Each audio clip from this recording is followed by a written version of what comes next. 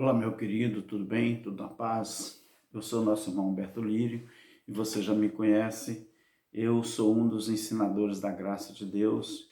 Nós recorremos à teologia, consumada, a escatologia consumada, e nós fazemos de tudo para que nós possamos levar à mente das pessoas, ao coração das pessoas, tudo que o sistema religioso nos omitiu de nós e nos enganou durante muito tempo. Meus queridos, esse vídeo talvez vai ficar um pouco baixo porque é manhã de domingo e eu tenho o hábito de acordar cedo e fazer o uso da palavra de Deus, tá bom? Se ficar um pouco baixo, você não estranhe não, tá bom?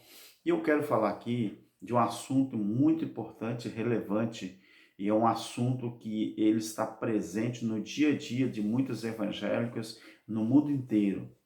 Sim ou não, ser ou não ser.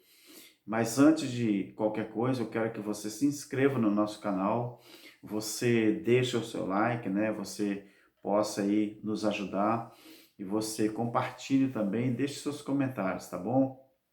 Meu querido, em primeiro lugar, este vídeo eu quero falar que o dízimo ele foi instituído exclusivamente para o povo de Israel no Antigo Testamento. Então veja bem, os pastores que fazem isso, o uso disso e tentam como conseguiram jogar isso no Novo Testamento, não sei como, mas eles conseguiram enganar muita gente e ainda estão conseguindo enganar.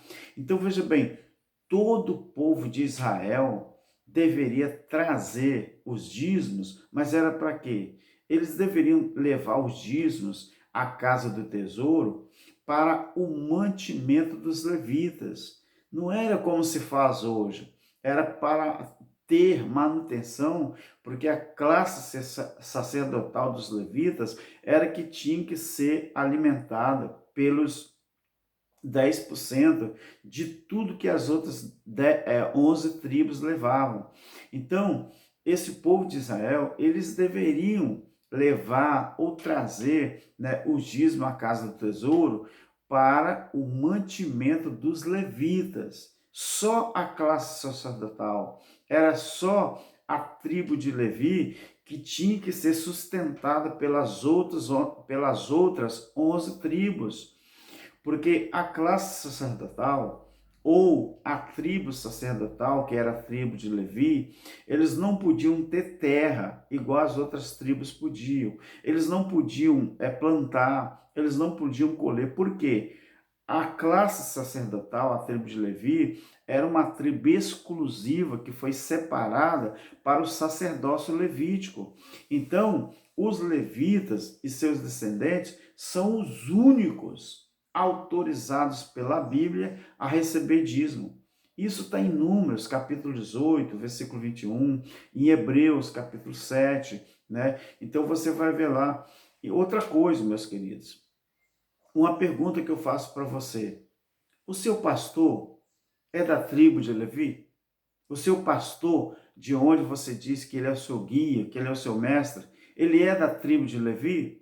Então ele não pode, e nem ninguém hoje em dia, na graça, pode receber dízimo ou pode levar dízimo a algum lugar. Por que que não? Gente, nós vivemos um novo testamento, nós vivemos uma nova era, nós não somos judeus, nós não somos levitas, nós não somos da tribo de Benjamim, nós não somos da tribo de Azé, da tribo de Judá. Então põe isso na sua cabeça, meus queridos. Então o pastor de vocês, ele não é levita, ele não é da tribo de Levi. Então ele não pode, nem pode receber e nem pode cobrar dízimos de ninguém.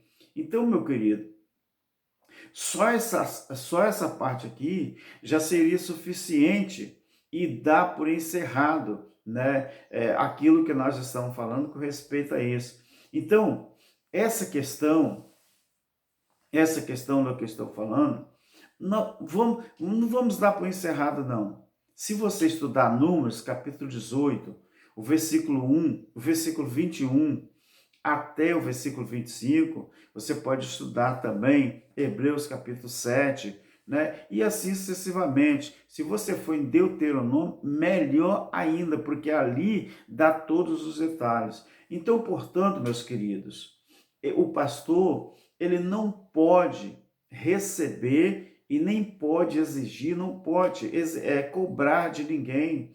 Mas por que que não pode? Vamos adiante.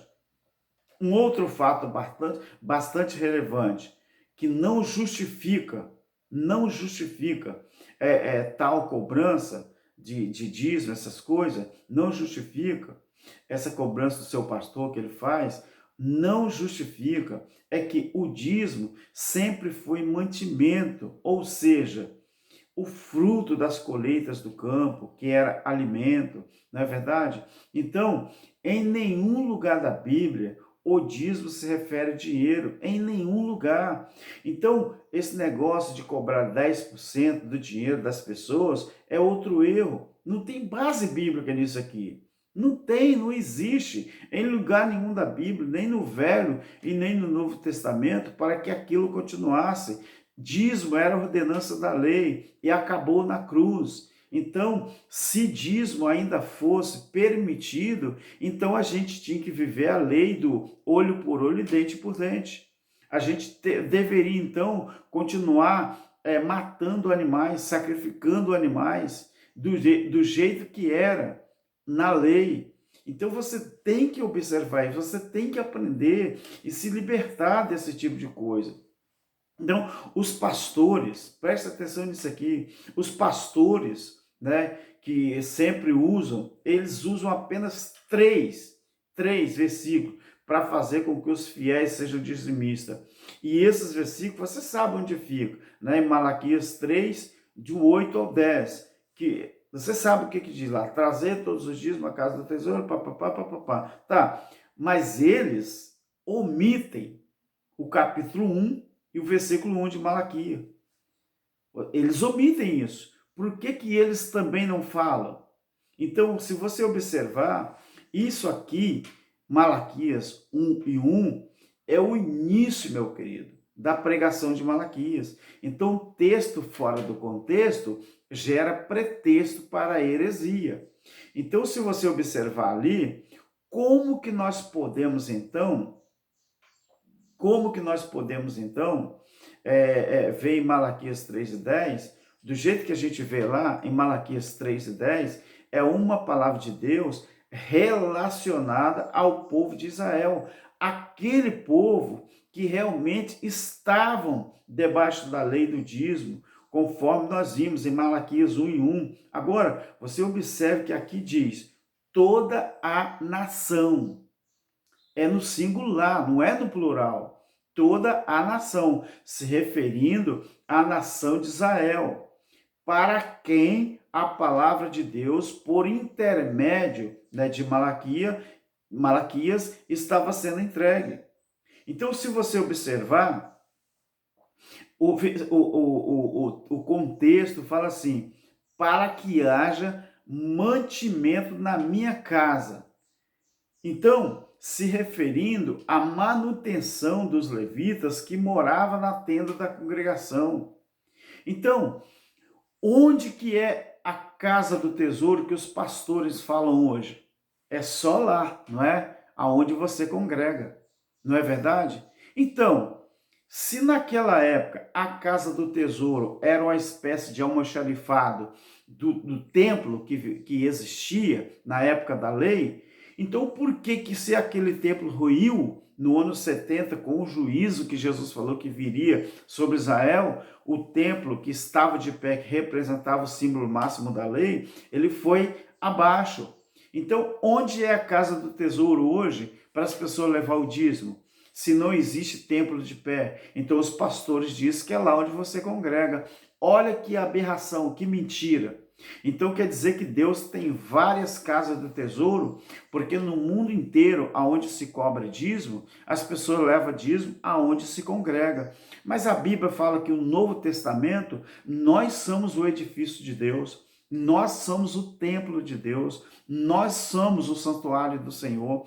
Então, o dízimo hoje do jeito que a Bíblia está no Velho Testamento, se existisse dízimo hoje, era para ajudar as pessoas que nada têm.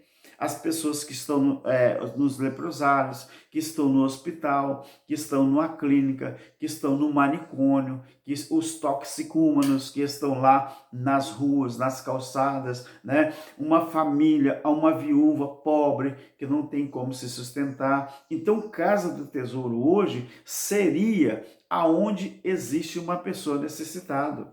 Então, meus queridos, você vê que os pastores estão te enganando e vão continuar te enganando se você não abrir os olhos para a graça de Deus. Então, quando Deus fala isso, usa o profeta Malaquias, ele está falando exclusivamente para a nação de Israel. Agora você vê que quando fala para que haja mantimento na minha casa, ele está se referindo à manutenção dos levitas que moravam na tenda da congregação. E outro fato bastante relevante. Então, se você vê, o dízimo, ele foi abolido quando foi abolido por Jesus quando ele morreu. Então, ou seja, o povo de Israel não precisa mais ser dizimista. Por quê? Porque na nova aliança, trazida por Cristo, anula a velha aliança. Então, a nova aliança trazida por Cristo anula a velha aliança. Eu tenho aqui na minha Bíblia, meus queridos. Então, se você observar uma coisa, então, se o sacrifício de Cristo na cruz do Calvário não anulou a lei e as suas ordenanças, então, na verdade, a nossa salvação não está garantida, porque o sacrifício de Cristo na cruz foi em vão. Então, meus queridos, o sacrifício de Cristo na cruz do Calvário, ele anulou todas as ordenanças da lei. Então, anulou as ordenanças da velha aliança. Então, quer dizer, aquele sacerdócio levítico que existia, acabou. Então, você vai aprender isso aqui em Hebreus, no capítulo 7, né, no versículo 14 até o 28, também no capítulo 8 de Hebreus 6, 7. Então, o pastor que está cobrando dízimo, conforme a Bíblia aqui, o pastor que está cobrando dízimo hoje em dia, ele faz o quê? Ele faz contra, tudo isso que ele faz contra os ensinos, né, da palavra de Deus, ou seja, é uma baita de uma heresia. Agora, se você observar, meus queridos, no Novo Testamento, observe isso aqui, no Novo Testamento, a Bíblia só fala 3 vezes que ela se refere a dízimo, mas não é cobrança. A primeira é quando Jesus repreende o fariseu, chamando ele de hipócrita, né? Dizendo que para Deus, Jesus está dizendo para o fariseu que para Deus ali, Jesus está falando assim, que o que importava mesmo era a justiça, a fé, a misericórdia, né? Justiça, misericórdia e a fé. Você vai observar isso em Mateus, né, no capítulo 23, do verso 23 ao 24. A segunda vez, quando isso que a palavra é referida, é quando Jesus diz que a oração do dizimista ela não seria atendida e que ele seria humilhado pela sua arrogância. Está lá em Lucas, capítulo 18, 9 até o 14. Então, quer dizer, e na terceira vez é quando Paulo ele toca no assunto e ele alerta o povo daquela época para não se prenderem às práticas do Velho Testamento que foi abolido em Hebreus 7, 14 também ao 28, e o mesmo texto que trata do assunto 8, 7 e 4. Quanto ao sustento da obra de Deus, hoje em dia, a Bíblia é claramente, quando ela fala que cada um tem que contribuir segundo o que propôs o seu coração. Não é isso que fala em Coríntios? 2 Coríntios, capítulo 9, o verso 7, né? A parte A. Então, quando você observa isso, meus queridos, você aprende. No Salmo 24, por exemplo, o versículo 1, diz que a terra é do Senhor é a terra e toda a sua plenitude, entendeu? Mas que estão pegando esses textos sem o seu contexto e fazendo uma baita de heresia para continuar enganando o povo. Então, se a terra é tudo que nela há, é de Deus, mas Deus nos entregou todas as coisas deste mundo para quê? Para que nós pudéssemos cuidar dela e desfrutarmos dela também, né, com sabedoria, procurando, por exemplo, procurando cuidar, preservar, ao invés de destruir, não é verdade? Ao invés de destruir e enganar e escravizar as pessoas em prol do dinheiro. Então, meus queridos, Jesus disse para pregarmos o seu amor à humanidade, mas o homem fez o quê? Ele tem deixado Jesus de lado para falar sobre dinheiro nos templos religiosos. Então, se você observar na Bíblia, tudo que Jesus falou com respeito a dízimo no Novo Testamento foi para repreender e nunca ordenar que continuassem fazendo aquele gesto ou aquele ritual. Até porque ele veio cumprir. Então, se ele não viesse cumprir a lei, como porque ele poderia abolir ela? Na cruz ele aboliu. Ele deixou para o final. O melhor ele deixou para o final, porque foi na cruz, quando ele deu o brado, está consumado, tetelestai, então ele disse ali, acabou aquela era e agora começa uma nova era, que é a era da graça. Então, meus queridos, quando os pastores religiosos fazem isso, quer dizer, eles ensinam que tem que continuar pagando, entregando dízimo. Eles estão fazendo isso, com isso, quer dizer, eles estão rejeitando, humilhando e também desprezando as pessoas. Isso talvez tenha sido, meus queridos, a maior causa das pessoas estarem rejeitando o evangelho. Por incrível que pareça. Agora, por que eu falo isso? Por que eu falo isso? Porque as pessoas descobriram, muita gente descobriu que essas organizações evangélicas, entre aspas, que eles falam, virou um verdadeiro comércio, virou uma verdadeira fonte de renda para os cães gulosos, né? Puro comércio. Então, infelizmente, esses homens, eles têm denegrido, não o evangelho, mas eles têm denegrido pelo menos a imagem daquilo que é evangelho. Muita gente, por causa desses homens, esses cães gulosos, pensam que lá o evangelho de Cristo não vale nada ou não presta, mas engano. Esses homens, é aí que entra Romanos capítulo 8, sobre a questão do Espírito. Você acha que é todo mundo que tem o Espírito de Deus dentro dele? Não é não.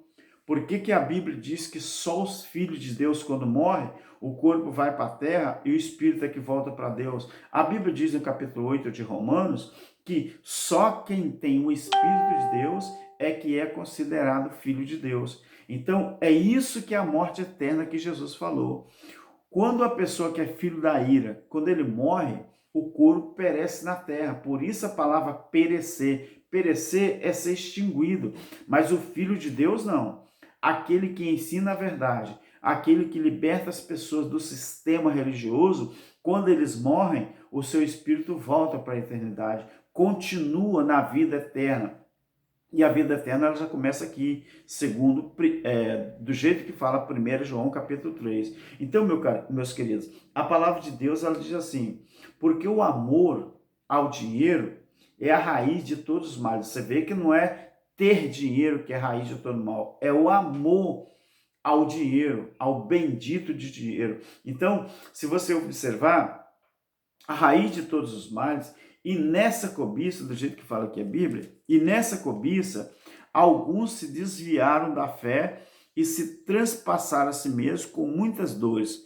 Mas tu, ó homem de Deus, foge dessas coisas e segue a justiça, a piedade, a fé, o amor, a constância e a mansidão. 1 Timóteo 6, 10 a 11. Então, Cristo, ele aboliu o dízimo.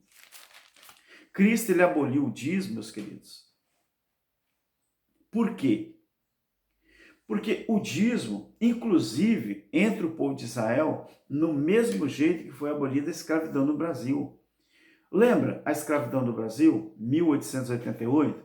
quando a princesa Isabel redigiu a lei que libertava os escravos da escravidão no Brasil? Você lembra disso? Então a mesma coisa Cristo fez com os judeus. Quando Cristo aboliu a lei, é a lei das ordenanças, aquela lei de 613 ordenanças que ninguém, nenhum judeu conseguiria sobreviver e respeitar. Eles tropeçavam direto. Então foi justamente aquela lei que Cristo veio abolir. Ele aboliu a lei com todos os seus mandamentos. Você sabia que na lei áurea também existiam as cláusulas? Tanto deveres como obrigações?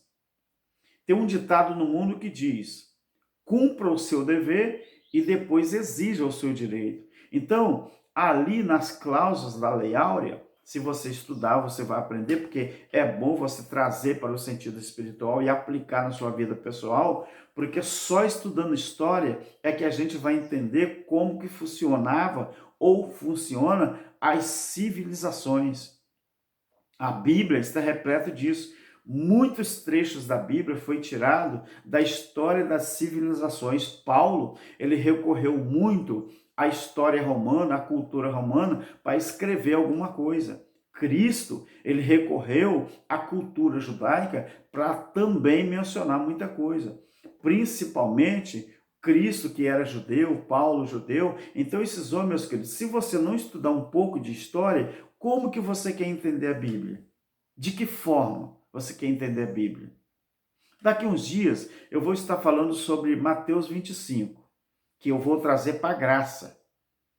Eu vou trazer para a graça. Apesar de que ali era lei, costume da lei, Mateus 25, as 10 virgens, mas para os nossos dias serve como exemplo. Então, meus queridos, a lei lá, ela foi abolida do mesmo jeito que a lei da escravatura foi abolida aqui no Brasil. Quando eu nasci, eu sou pardo, né, na minha certidão de nascimento, porque eu sou descendente direto de índio, aqui da reserva do norte do nosso estado, né, o Espírito Santo. Então, o que que acontece? Eu sou mestiço por causa da minha mãe, minha avó, minha bisavó e tal. Então, se eu fosse negro, quando eu nasci, o ano do meu nascimento, eu não poderia ser mais escravo. Por quê? Porque a lei da escravatura já tinha sido abolida. E quem aboliu a lei da escravatura? A princesa Isabel. Quem aboliu a lei das ordenanças dos mandamentos da velha aliança? Cristo Jesus. Então, se você não entender isso, eu gostaria de perguntar: você acha que algum negro ele vai voltar à escravatura sabendo que ele já é livre? Você acha que ele vai votar? Não, a princesa Isabel aboliu a lei, mas eu não quero ser livre, eu quero ser escravo. Aí vai lá na casa de um certo alguém e fala assim: tem como o senhor me escravizar? Eu quero ser seu escravo. Eu quero me escravizar, eu quero que o senhor me bate, eu quero que o senhor me prende no tronco, eu quero trabalhar sem não receber nada, eu quero me escravizar. É a mesma coisa que os dizimistas hoje estão fazendo. Eles aceitam ser escravizados, eles não aceitaram o sacrifício que Cristo fez na cruz do Calvário. Todo templo religioso que está de pé, que tem uma placa lá na frente, é judaizante. Então, quando você frequenta esses templos, mete uma carteira de dizimista, de membro no bolso, você está dizendo que você não aceita na sua vida o que Cristo fez na cruz. É triste, mas é uma verdade, meus queridos. Então, Cristo aboliu o dízimo, inclusive entre o povo de Israel, do mesmo jeito que foi abolida a escravidão no Brasil. Mas o homem que adquire conhecimento, é o que está na Bíblia aqui, o homem que adquire conhecimento, ele continua escravizando os que não têm conhecimento. Por quê? Quanto menos conhecimento as pessoas tiverem, é melhor. É assim que funciona tudo no mundo inteiro, infelizmente. Então, as pessoas que não têm conhecimento, ele é fácil de ser manipulado. Então, os pastores, eles adquirem conhecimento para te prender. Eles não querem que você conheça, eles não querem que você tenha entendimento da palavra de Deus. Então, quer dizer, eles têm o conhecimento e continuam escravizando as pessoas que não têm conhecimento. Então, portanto, meus queridos, você tem que fazer o quê? buscar sabedoria, você tem que ir para a palavra de Deus, buscar a sabedoria de Deus, para você não ser enganado. Então veja aqui o que Paulo disse para aquelas pessoas que querem viver das práticas do Velho Testamento. Observe isso aqui, 2 Coríntios capítulo 3, versículo 14. Paulo disse assim: mas os seus sentidos foram endurecidos, 2 Coríntios 3 e 14. Mas os seus sentidos foram endurecidos, porque até hoje, meus queridos, ele usou o tempo presente, o verbo presente, mas eu posso usar o verbo futuro, o verbo passado, porque eu estou no futuro que Paulo mencionou. Paulo estava no presente, então ele falou, mas até hoje para ele era o tempo presente. Então, para mim, é o tempo passado. Porque até hoje, Paulo está dizendo, no dia dele, o mesmo véu está levantado, ou o mesmo véu está por levantar na lição do Velho Testamento, ao qual foi abolido por Cristo.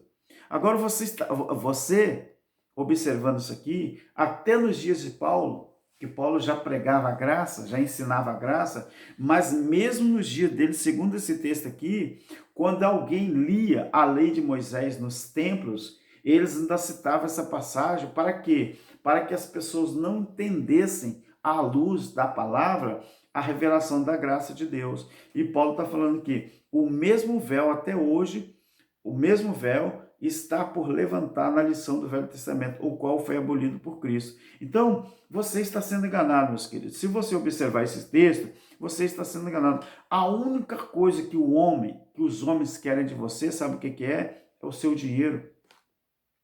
Então, meus queridos, um conselho: se liberte do sistema religioso.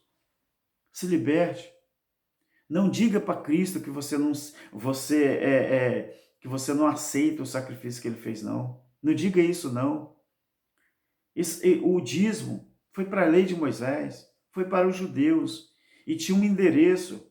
Quem era o destino dos dízimos? Porque o remetente era as 11 tribos. O destinatário era a casa do tesouro. E quem eram os beneficiados com o dízimo? Era só os levitas, meus filhos, a classe sacerdotal. O seu pastor não é levita. O seu pastor, ele não é judeu. O seu líder, ele não é judeu. Ele não está capacitado para receber dízimo de ninguém. Não está, meu filho. Aprenda isso.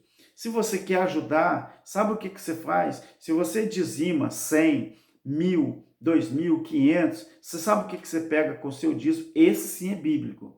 Você vai na casa de alguém, você vai numa instituição de caridade, você vai na casa de uma família, ajude a ele a pagar um talão de água, ajuda ele a pagar um talão de luz, faça uma cesta básica. O dia que seu pastor brigar com você, você joga a Bíblia na cara dele, fala assim: seu judaizante de uma figa, o senhor acha que o senhor é levita? O senhor acha que o senhor é judeu? O senhor me enganou a vida inteira. O senhor nunca revelou a Bíblia verdadeira para nós. O senhor sempre nos enganou. Por quê? Porque o senhor nos obrigou a te sustentar. Meus queridos, aqui na minha cidade, aqui no meu estado, aqui na minha região, eu conheço líderes que ganham 14 salários mínimos.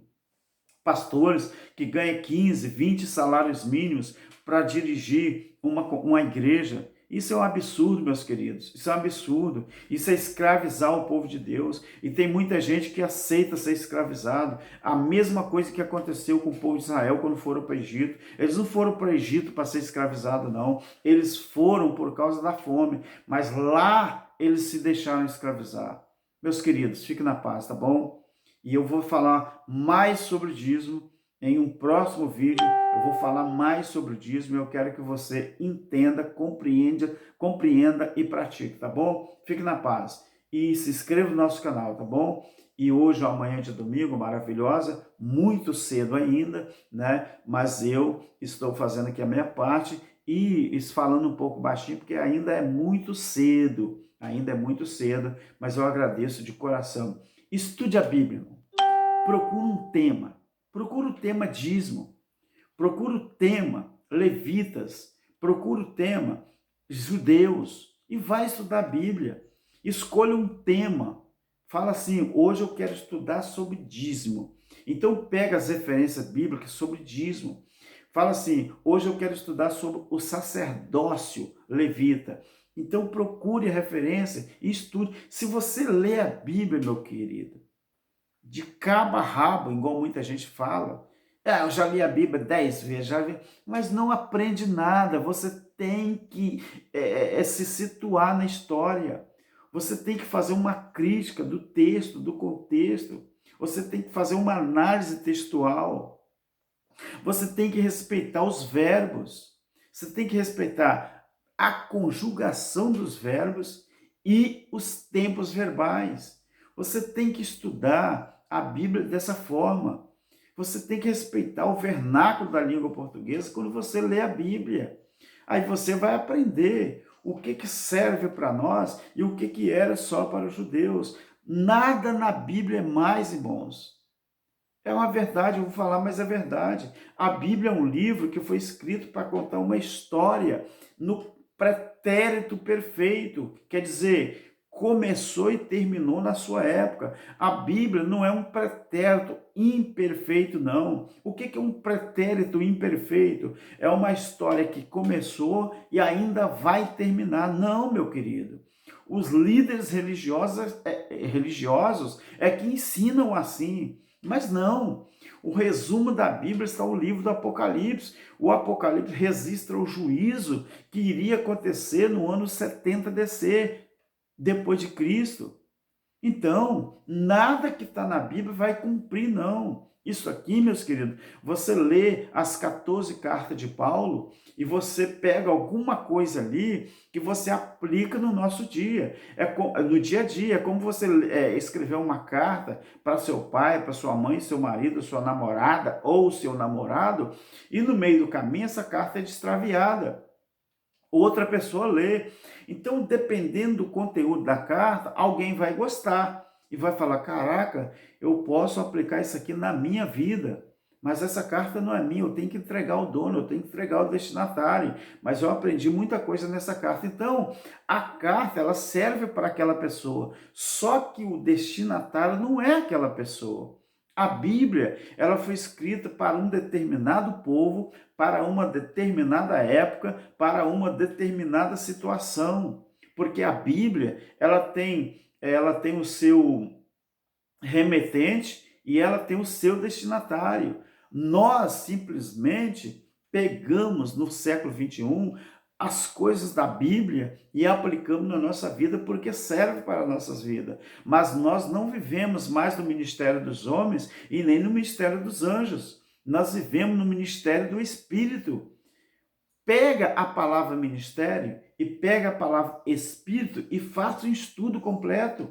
E você vai encontrar a Bíblia falando que nós não vivemos o ministério dos anjos, porque era só na lei dos profetas, né, dos patriarcas, que serviu, porque os anjos eram que traziam as mensagens para os patriarcas, para os profetas. Depois veio o ministério dos homens, que foi o sacerdócio, né, sacerdotes, os sumos sacerdotes, os hipócritas, os fariseus, né? Ali nós temos também os saduceus, nós temos os sacrifícios de animais. Então o ministério dos homens também acabou com a lei. Agora nós vivemos o ministério do Espírito. Agora não é o homem que manda mais na minha vida. Agora não é a religião que manda mais na minha vida. Não é mais ministérios humanos ou dos anjos que mandam na minha vida. Agora eu vivo o ministério do Espírito, que Jesus falou que a lei dele agora, na graça, está guardada na nossa mente e no nosso coração.